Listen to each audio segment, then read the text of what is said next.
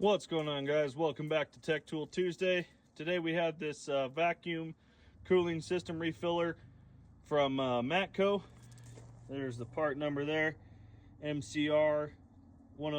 Let's take a look at this thing here. That's what it looks like.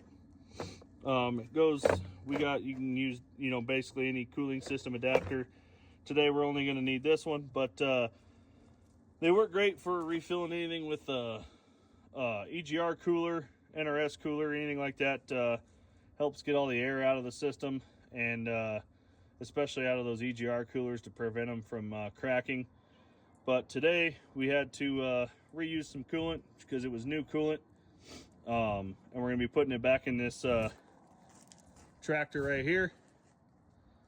So we're going to get it set up and show you how this vacuum filler works. So that way we don't have to be trying to pour this giant bucket here into, the tiny radiator cap. So I'll get it set up and we'll go from there. All right, so we got our vacuum cooling system filler set up. We got our tube run down into the coolant. Got a little pry bar here on it to hold it on the bottom. This is what the cooling system filler looks like attached to the radiator here. Got our air line coming in. This is just our vent line, and then our line going down to our coolant. Let's go ahead and turn our air valve on. Make sure that one's shut because we're not going to be pulling in any coolant. Now, being in Colorado, we want it to pull somewhere just over 20 inches of mercury, which is vacuum.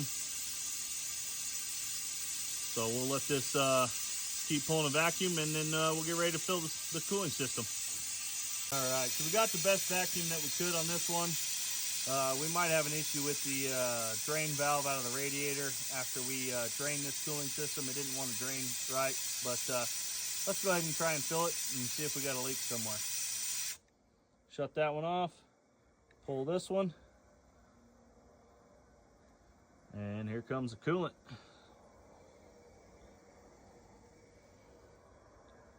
Now this one we might have to run a vacuum on multiple times.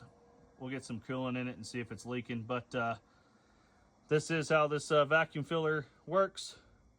It'll actually pull a lot better with a system that doesn't have a leak. It's great for being used while trying to refill a cooling system with coolant that you are reusing. And that's all for this week's Tech Tool Tuesday. Thanks for watching.